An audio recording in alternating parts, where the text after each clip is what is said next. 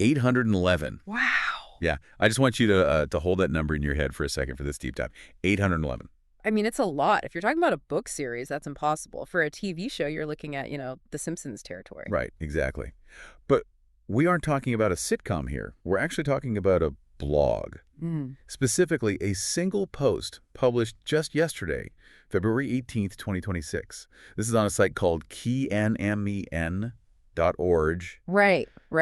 And the title of the post is Notes on Gardening Part 811, Rediscovering Mealycup Sage. Part 811. I mean, that is the part that just completely stops me in my tracks. Yeah. We are looking at this incredible source from a creator named Ang, and he describes himself as an old software plumber. Which is such a great title. It really is. And frankly, I think that specific job title tells us everything we need to know about how he approaches, his petunias. It really does. So today, for everyone listening, we are diving deep into this exact update from Ang. Because on the surface, sure, it's about a flower. Right, the Mealycup Sage. Exactly, which is this really fascinating imposter plant that looks almost exactly like lavender. Yes. But underneath all that botanical talk, I think we're actually looking at a masterclass in how to learn. Oh, absolutely. It's about observation, it's about data collection, and really figuring out why a software plumber might actually be the best kind of gardener out there. I'd argue that for Ang, the garden is literally just another operating system. Oh, I love that. Yeah, think about it. It has bugs, it has patches, it has dependencies.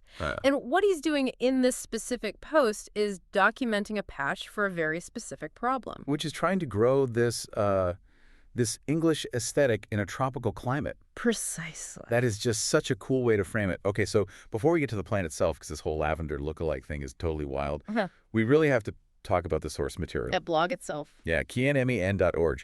Because when you land on this page, it does not look like your typical gardening influencer site. Not at all. Like, there are no pop-up ads for fertilizer. Yeah. You don't see perfectly staged Instagram photos of, someone in a flowing linen dress holding a woven basket. No, it's completely text-heavy. It's functional. It is a log. A literal log, yeah.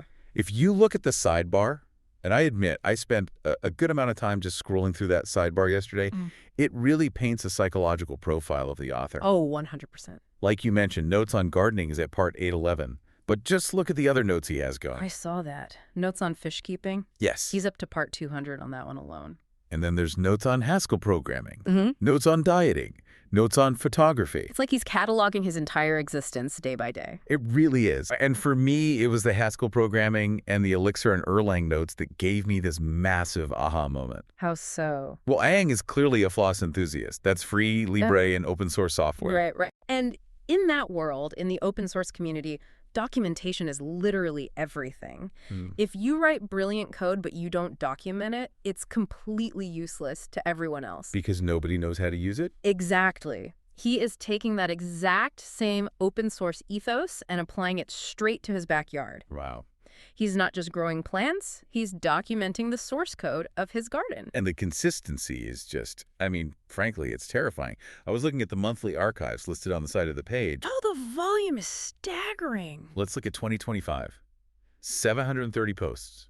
2024, 732 posts. That's 2 posts a day, every single day. For years. Even this month, February 2026, he's already at 54 posts, and the month isn't even over. Which brings up an interesting point for you as a reader. Most people can't even keep a daily diary for a week. No, definitely not. So what does that kind of extreme volume do to the quality of the information? Because usually we're taught to think quantity over quality is a bad thing. Right, that it dilutes the value. But in this case, I actually think the quantity creates the quality. How do you mean? Well, think about a standard gardening blog. If you only write a post once a month, you're only going to write about the massive successes, the giant prize-winning pumpkin, the absolutely perfect rose bloom. You curate it. Exactly. You edit out the failures. You edit out the boring, mundane days. But if you are forcing yourself to write twice a day, every day... You run out of big news pretty fast. Right. You have to write about the minutia. You have to write about the seeds that didn't sprout. You start documenting the very slight change in a leaf's texture over a week. It forces you to become a hyper-observer. It turns the garden into a raw data set rather than just, pretty decoration. That makes so much sense. Right. And that brings us perfectly to the star of this specific post. Salvia farinacea. The Mealycup Sage. Right. Because Ang didn't just stumble upon this plant yesterday. The title says he's rediscovering it. Which implies he has historical data on it. He's tried this before. Yes, and he actively calls it the lavender look-alike. Yeah. Now, I have to be totally honest with you. When I first saw the picture he posted of this plant, You thought it was lavender. I 100% thought it was lavender. Yeah. It's got those tall purple spikes. It's got that soft, hazy vibe. If I'm just walking through my local garden center, how am I not getting completely tricked by this? Well, functionally speaking, that's exactly the point of the plant in a landscape setting. It fills the exact same visual niche. Okay. Ang describes it perfectly. He says it has striking spikes of purple or violet flowers and an upright, clumping growth habit. Right, that clumping thing is very lavender. Very. So if you squint, or if you're just looking at a border planting from 20 feet away, it hits the exact same notes as a massive field of lavender in Provence. He calls it the hazy purple aesthetic, Yes. which I think is just a great phrase. It almost sounds like an Instagram filter you'd throw in a travel photo. It really does. It's an impressionist plant. It gives you the feeling of a thing without being the thing, but he explicitly calls it a look-alike, and I think that distinction is really important. Because they aren't the same. No, they're not a direct relative in the immediate sense. I mean, they're both in the mint family, broadly speaking, but they are very different tools for a gardener. He mentions that because of this similarity, it often gets these nicknames. Things like blue salvia or my favorite, tropical lavender. Tropical lavender. It sounds like a marketing spin, doesn't it? Like, I don't know, vegetarian bacon. Right. It's promising you the entire experience of the thing without actually giving you the real thing. That's a fairly cynical way to look at it, but yeah, it's accurate. Yep. However, for a guy like Ang, this marketing spin is actually the perfect solution to a critical bug in his gardening system. The climate bug. Exactly. We really need to look at where he is geographically. Based on all the context clues in his posts, the specific plants he mentions, the heat, the reference to a festive season, he's clearly gardening in a tropical region. Yeah, he explicitly says in the post, significantly, this plant is perfectly suited for our tropical climate, as it thrives in high heat and humidity. Right. Now, do you know what actually happens to real English lavender when you put it in high heat and high humidity? I just assume it gets a nice tan and smells great. It melts. Melts. Literally melts. Lavender is a Mediterranean shrub at its core. It wants rocky, well-draining, dry soil. It really wants cool nights and baking hot, completely dry days. So humidity is the enemy. The absolute worst. If you put English lavender in a sticky, humid, tropical environment, it develops root rot almost instantly. You get fungal issues spreading everywhere. It basically suffocates. Okay, so sticking with our software terms, trying to run English lavender in the tropics is like, what's a good comparison? It's like trying to run a brand new high-end video game on a dusty computer from 1995. Just crashes. The hardware, the actual environment just cannot support the software requirements. It completely crashes. So the Mealycup Sage is the patch. It's the port. It's the exact version of the software that has been totally rewritten specifically to run on the tropical operating system. That makes perfect sense. Because Salvia farinacea is native to places like Texas and Mexico. Oh, wow. Okay. So it already knows exactly how to handle heat. It knows how to handle a bit of moisture without just collapsing in on itself. Okay, so it survives the climate. That's step one. But Ang is a really detail-oriented guy. You can tell from the 8 or 11 posts. He's not just satisfied that the plant is green and hasn't died yet. Not at all. He starts breaking down the actual physical differences. He says, quote, however, the similarities end there. This is where he puts his detective hat on. Yeah, this is the diff check. Exactly. To use another coding term, he's running a diff check. He's comparing the raw code of plant A versus plant B line by line. And the very first major difference he notes is the leaves. He says the leaves are broader, smooth, and a bright green. Which is an absolute dead giveaway. If you visualize real lavender in your head right now, the leaves are basically needles. Yeah, they're tiny. They are tiny, silvery, gray-green. They almost look fuzzy or dusty. And that's because they are specifically designed by nature to minimize water loss in a dry climate. Whereas the Mealycup Sage has these lush, bright green leaves. Much broader. It's not hoarding water the same way. And he uses a really interesting word to describe them. He says they appear somewhat soft or pendulous. Pendulous. I honestly love that he used that word. It's very descriptive. It implies a sort of weight, a relaxation to the plant. Lavender is incredibly rigid. It sticks straight up like it's saluting you. Yeah, it's very stiff. Right. But pendulous means the leaves of this salvia kind of hang down a little bit. They flop. It's a much softer, more herbaceous look overall. It doesn't have that hard, woody, rigid structure that an old lavender bush builds up over the years. Got it. And then there's the actual name of the plant itself, Mealycup. Right. It sounds honestly unappetizing. It sounds like a really bad brand of breakfast cereal. It is definitely not the most romantic botanical name out there, No. but it's descriptive. It actually refers to the calyx. The calyx. Yeah, that's the little green cup at the base that holds the flower petals. On this specific salvia, that cup often looks like it's been lightly dusted with flour or cornmeal. It has this fine, white, powdery coating on it. Oh. So, mealycup. Ah, okay. That actually makes a lot of sense now. But the biggest difference, and I really think this is the one that would severely disappoint someone if they bought this plant not knowing the truth, is the smell. Ah, yes, the sensory data. Because Ang writes, while I've tried to catch a whiff of the plant, I've yet to detect the faint herbal scent that others often describe. You really have to note the precision in his language there. I've yet to detect. Exactly. He's not coming out and objectively saying, this plant has no smell. He's saying, my personal sensors are currently picking up zero input. But he also clearly mentions that others do describe a scent. So is he just stuffed up from allergies, or is this plant actively gaslighting him? It's most likely a genetic variability thing. Some cultivars of Salvia farinacea do have a very light scent to them, but even then, it is absolutely nothing like true lavender. Because lavender is intense. Lavender punches you in the face. It is heavy camphor. Its sweetness, it fills the room. This salvia is, well, it's subtle, to put it very politely. Barely there. Right. And for a systems gardener like Ang, who documents every single detail, this is a truly crucial data point. How so? Because it defines the utility of the plant.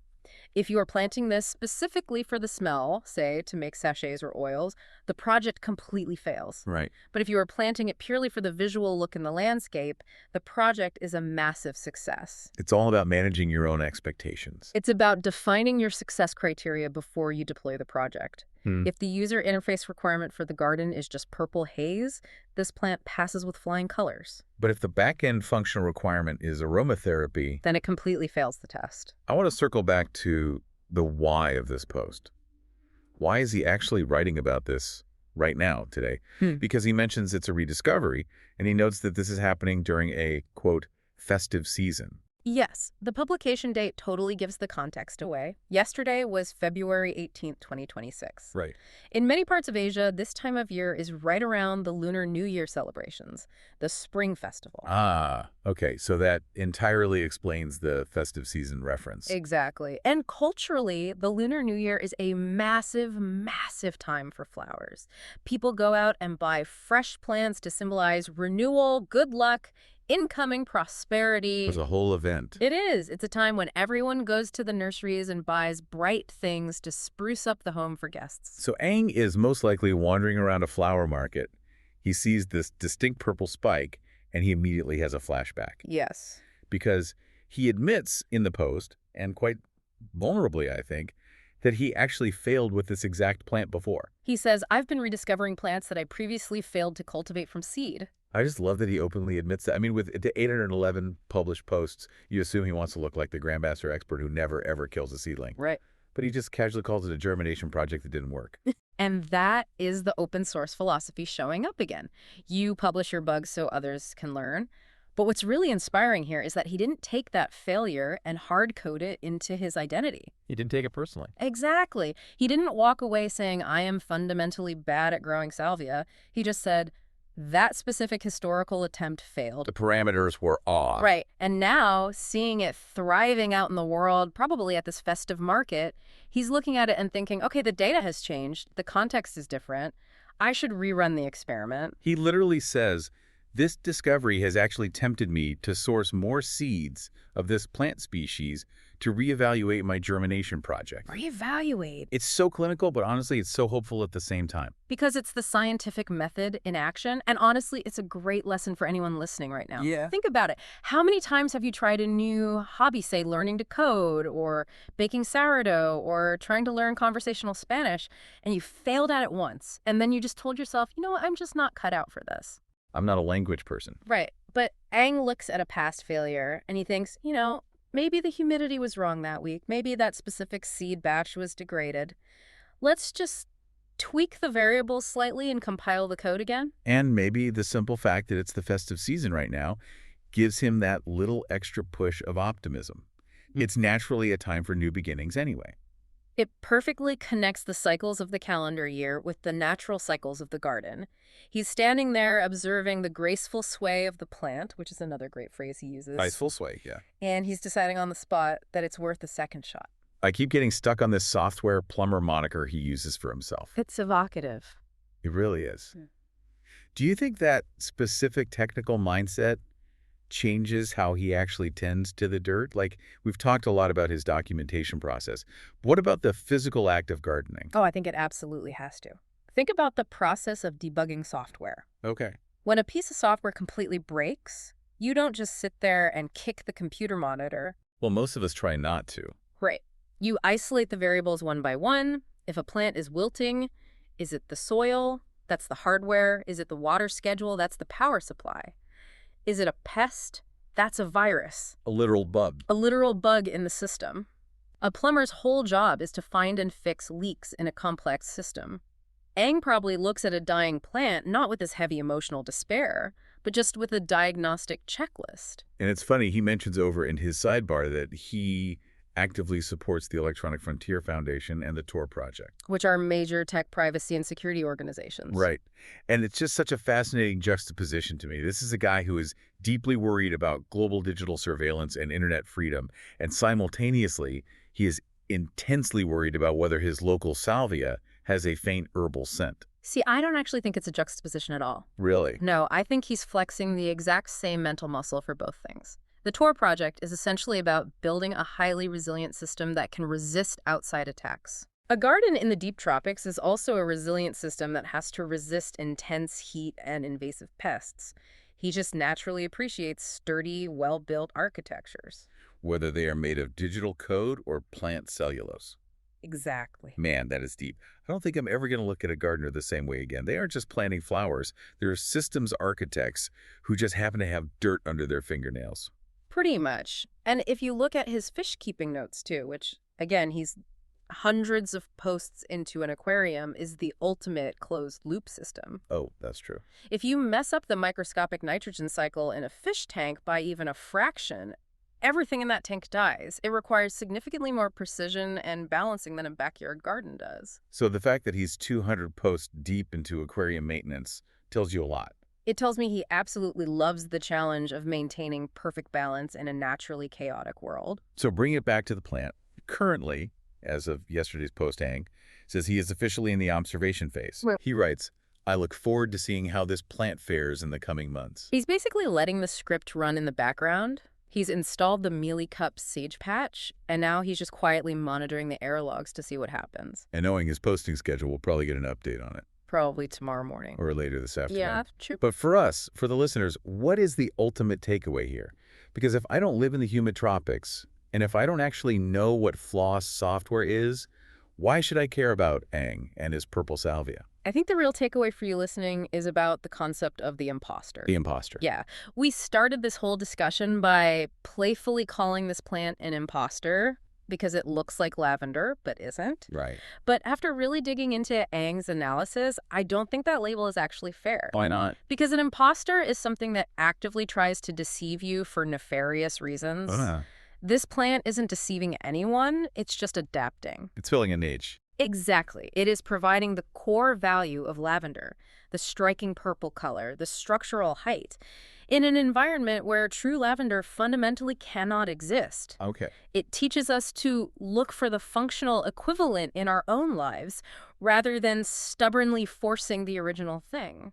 Can you give me an example of what that looks like outside of gardening? Sure. Okay. Say you really want the lifestyle of a high-powered tech CEO. You want the deep respect. You want to make a big impact on your field. The hazy purple aesthetic of success. Right.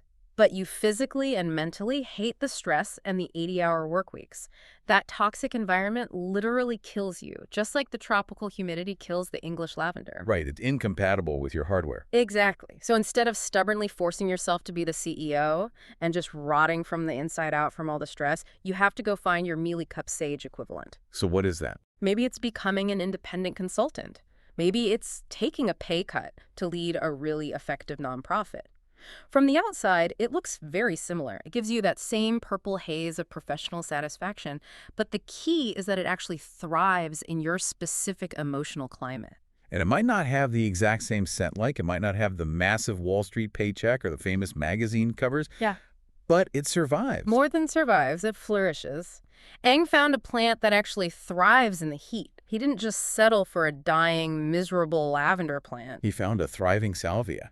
And that is the actual win here. But he only found it because he was willing to really look at the minute details. Yes. To notice that the leaves were broader, to notice the complete lack of smell, to pay attention. Attention is the ultimate currency of this entire blog. 811 posts is nothing but pure, sustained attention. You know, reading this honestly makes me want to start a daily log. Really? Yeah, not necessarily a public blog, but just writing down what I observe every day. It completely changes how you perceive the world around you.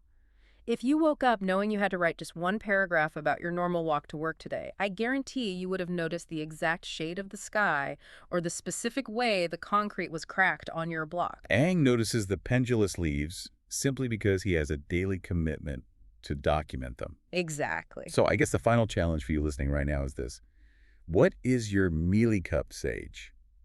What is the thing you've been stubbornly trying to force to grow in your life that just keeps dying on you? And is there a perfectly good alternative out there that looks just as good, but actually fits the climate of your life? And I'd add a secondary thought to that. Building on Aang's journey, what is something you completely failed at 5 years ago that actually deserves a second chance today? Because the conditions have changed. The conditions have changed and you've changed. Your hardware is upgraded. Maybe it's finally time to buy another packet of seeds and compile the code again. I love that. Rediscovery. It's definitely not just for old software plumbers. Definitely not. Well, we've covered a massive amount of ground today, all the way from the microscopic botanical differences between needle leaves and broadleaves over to the philosophy of open source data, to just the sheer stamina it takes to write a post every single day since 2011. It is a profound testament to the fact that you can find an entire universe of meaning in one single plant if you are just willing to dig deep enough. Absolutely. And if you do decide to visit kianmthing.org after this, just remember to scroll all the way down to the bottom of the page. Oh, the disclaimer. Yeah, there's a tiny disclaimer at the bottom where Aang says, quote, "Opinions expressed here are my own. I cannot guarantee the accuracy or completeness." It reads like a standard software liability waiver. It totally does. Yeah. But in a modern internet full of people constantly loudly claiming to be the ultimate gurus and experts on everything, I find that little waiver incredibly refreshing. He's basically saying, look, this is just my personal user experience. Your mileage may vary. Works on my machine, as the coders love to say. Exactly. Works in my garden. Well, this Mealycup Sage certainly seems to be working in his garden right now. I really hope it keeps thriving for him straight through the festive season. I am definitely going to be checking back for part 812 to find out how it does. Oh, won't we all? Thank you so much for taking this deep dive with us today. It's been a really fascinating trip into the weeds, literally. Always a pleasure to debug the garden with you. And to you listening. Go find your patch. We'll see you next time.